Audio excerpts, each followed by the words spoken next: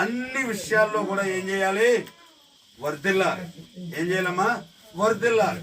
వర్ధిల్లాలంటే మనం ఎక్కువ సమయం దేవుని మందిరంలో గడపాలి. దేవుని మందిరంలో గడపాలి. బైబిల్ గ్రంథంలో అన్న అనే ఒక తల్లిగారు ఉన్నారు. అన్న, ఆమెకి చాలా కాలం బిడ్డలు లేరు. బిడ్డలు లేకపోతే ఇంట్లో నుండే భయంకరమైన శోధన, రకరకాలుగా అందరూ ఆడిపోసుకుంటున్నారు. అందరూ రకరకాలుగా ఆమెను అంటూ ఉన్నారు. ఆ బాధ తట్టుకోలేకపోయింది.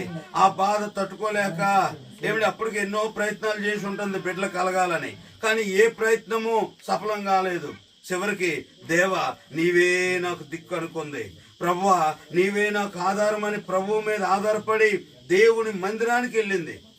సిలోహో అనే దేవుని మందిరానికి వెళ్ళి కన్నీటితో దేవుని మందిరంలో ప్రార్థన చేస్తా ఉంది. ఏమని ప్రార్థన చేస్తుందో తెలుసా? ప్రభువా ఈ దీనురాలనైనా నన్ను కటాక్షించి నా కడుపున ఒక బిడ్డ ఉండేటట్టు సహాయం చేయి.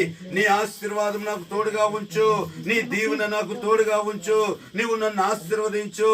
నాకు ఒక మగ సంతాన్ని దయచేయి తండ్రి. మగ బిడ్డను ఇవ్వునైనా.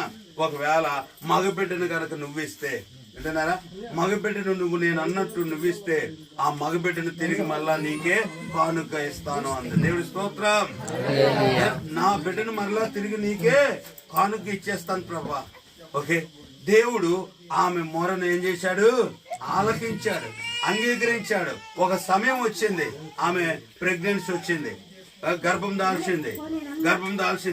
నెలలు నిండాక దేవుడిని అడిగినట్లుగా దేవుడు సమూయేలు అనే కుమారుణ్ణి వరప్రసాదంగా దేవుడు ఇచ్చాడు. దేవుడి స్తోత్రం. ఆ బిడ్డను అలాగా పెంచుతా ఉంది. పెంచి పాలు విడిచే సమయం వచ్చేసరికి దేవుని మందిరంలోకి తీసుకెళ్లి మనం చూడండి, మన గొర్రెలు పెరిగినప్పుడు, మేకలు పెరిగినప్పుడు, కోళ్ళు సంతానం ఎక్కువైనప్పుడు అందులో కోడి పిల్లలు తీసుకొచ్చి దేవుడి సన్నిధికి ఇస్తామా? మనకు అలవాటు ఉంటుంది కదా పల్లెటూరులో. అలాగే కోడి పిల్లని ఇచ్చినట్టు, మేక పిల్లని ఇచ్చినట్టు, లేకపోతే ఆవు పేయిని తీసుకొచ్చి కానుక ఇచ్చినట్టు ఈ తల్లి ఏం చేసింది? తన బిడ్డను, ఒడిలో ఉన్న బిడ్డను తీసుకొచ్చి దేవుడి సేవకుడు చేతిలో పెట్టి, అయ్యా ఇదిగో ఈ బిడ్డని ఈ రోజు నుండి మీకే అప్పచెప్తున్నాను, మీరే పెంచండి అని చెప్పి ఒక్కగానొక్క కొడుకుని తీసుకొచ్చి దేవుడి సన్నిధిలో అప్పచెప్పేసింది. దేవుడి స్తోత్రం. ఆమె సమర్పణ ఎంత గొప్పది! ఆమె సమర్పణ, ఆమె భక్తి జీవితం ఎంత గొప్పదో వినండి. ఒక్క బిడ్డను చెప్పండి, ఇంకా పిల్లలే కలగరు అని అనుకున్న సందర్భంలో లేక పుట్టిన ఆ ఒక్క పసికొందని తీసుకొచ్చి దేవుని సన్నిధిలో సేవకుడి చేతికి అప్పచెప్పేసింది. దేవుడు మరలా ఆమెను జ్ఞాపకం చేసుకున్నాడు. దేవుడి స్తోత్రం. మొదట ఏమన్నాను? ఇంకా బిడ్డలే కలగరు అనుకున్న ఆమెకు మరలా ఆమెను దేవుడు జ్ఞాపకం చేసుకొని 5 సంతానాన్ని దేవుడు ఇచ్చాడు. దేవుడి స్తోత్రం. ఎంతమందిని ఇచ్చాడమ్మా? 5. మరలా 5 బిడ్డలు ఇచ్చాడు. దేవునికి ఎంతమందిని ఇచ్చింది? ఒక్కరిని ఇచ్చింది. దేవుడు ఎంతమందిని ఇచ్చాడు? ఆ ఒక్కరిని దేవుడికి ఇస్తే మరలా ఆమె జ్ఞాపకం చేసుకొని మరొక 5 దేవుడు ఆ బిడ్డకి ఇచ్చాడు. దేవుడి స్తోత్రం. ఆశ కలిగిన ప్రాణాన్ని దేవుడు తృప్తిపరుస్తాడు. హల్లెలూయా.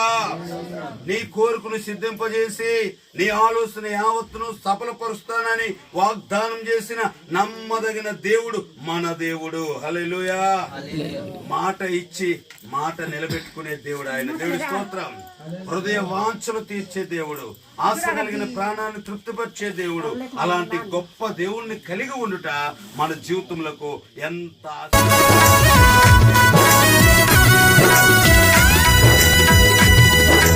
రాజా నీ సన్నిధిలోనే ఉంటానయ్యా, మనసారా ఆరాధిస్తూ బ్రతికేస్తానయ్యా. రాజా నీ సన్నిధిలోనే ఉంటానయ్యా, మనసా